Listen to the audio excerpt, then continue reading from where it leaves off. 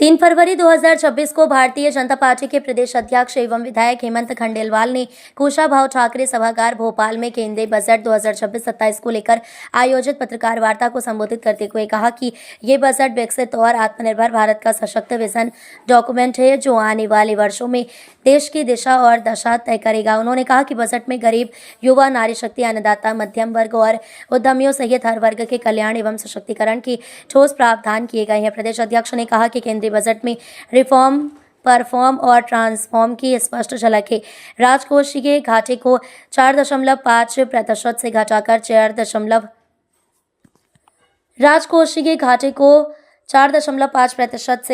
4.3% करने तथा देश के कुल कर्ज को जीडीपी के 56% से घटाकर 50% तक लाने का रोड मैप दूरदर्शी कदम है। 12.2 लाख करोड़ रुपए के कैपिटल एक्सपेंडिचर और 7 हाई स्पीड कॉरिडोर्स के निर्माण से बुनियादी ढांचे को मजबूती मिलेगी। सेमीकंडक्टर मिशन के लिए निवेश बढ़ाकर 40,000 करोड़ रुपए करना भारत को तकनीकी रूप से सशक्त बनाएगा। उन्होंने कहा कि स्वास्थ्य क्षेत्र में कैंसर की 17 जीवन रक्षक दवाओं पर कस्टम ड्यूटी शून्य करना, जिला अस्पतालों में ट्रामा सेंटर, महिला सशक्तिकरण, ग्रामीण अर्थव्यवस्था, युवाओं के लिए कंटेंट क्रिएटर लैब और रोजगार सृजन जैसे प्रावधान इस बजट को सर्वस्पर्शी बनाते हैं। ये बजट भारत को विश्व की अग्रणी अर्थव्यवस्था बनाने की दिशा में मील का पत्थर सिद्ध होगा। पत्रकार वार्ता में मुख्यमंत्री डॉक्टर मोहन यादव, प्रदेश प्रभारी डॉक्टर महेंद्र सिंह, उप मुख्यमंत्री जगदीश देवड़ा सहित प्रदेश महामंत्री राहुल कोठारी, प्रदेश मीडिया प्रभारी आशीष अग्रवाल एवं जिला अध्यक्ष रविंद्र यति विशेष रूप से उपस्थित रहे। आज भोपाल में केंद्रीय बजट को लेके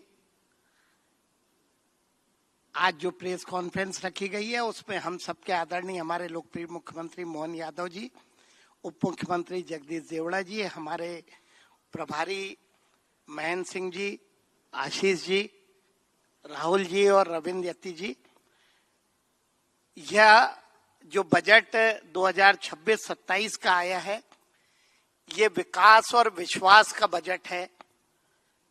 हर वर्ग के लिए कल्याण की कोई ना कोई काम इस बजट में प्रावधान किए गए हैं। ये बजट कोई तत्कालीन विषयों पे प्रभाव डालने के बजाय लॉन्ग टर्म में अगले 10-20 सालों में ये देश की दिशा क्या रहेगी उसे बताने वाला बजट है। कुछ चीजें मैं अपनी तरफ से बता रहा हूं, फिर विस्तार से हमारे मुख्यमंत्री जी इसके बारे में बताएंगे। एक बड़ा काम जो सरकार ने किया, जो फिजिकल डेफिसिट था जो कभी कम नहीं हुआ, वो 4.5 से 4.5 से 4.3 पे लाने का सरकार काम कर रही है। हमारे देश में जो कुल कर्जा था वो हमारी जीडीपी का 56% था। कई और देशों में तो 80, 90 और 100 से ऊपर है।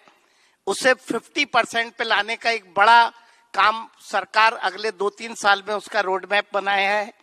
एक बड़ा काम रेयर अर्थ मिनरल, उड़ीसा, केंद्र, आंध्र प्रदेश और तमिलनाडु में रेयर अर्थ जिसपे चाइना का अकेला अभी तक आधिपत्य था और दुनिया के सारे देश चाइना पे डिपेंड थे, उसे निकालने का और उसके लिए एक बड़ा काम सरकार कर रही है। सेमीकंडक्टर जिसपे ताइवान और अमेरिका और चाइना जैसे देशों का आधिपत्य था, उसके लिए भी लगभग 40,000 करोड़ का सरकार ने प्रस्ताव रखा।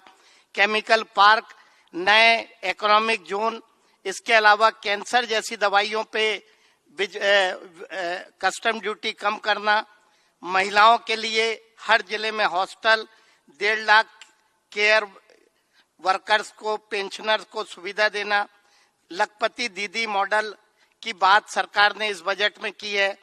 किसानों की आय बढ़ाने के कई काम और पशुपालन में पूंजी सब्सिडी से पशु चिकित्सकों की संख्या बढ़े और जलाशय, अमृत सरोवर से ग्रामीणों को रोजगार मिले, इसकी चिंता सरकार ने की है।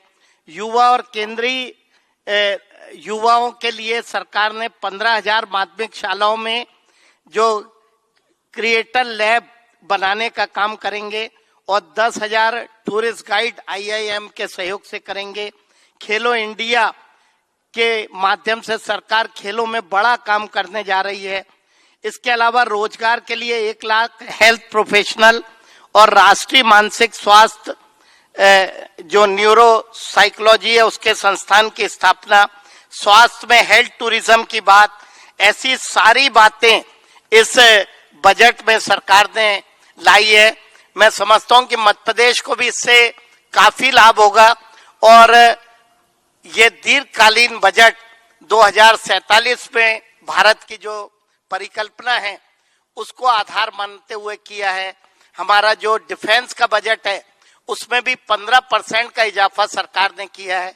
मैं समझता हूं कि हर सेक्टर को छूने का और उसको स्थिरता देने का काम इस बजट में किया है। ये कुछ प्रमुख बातें थी जो मैंने आपको बताई। इसके बाद मैं आशीष जी से अनुरोध करूंगा कि आप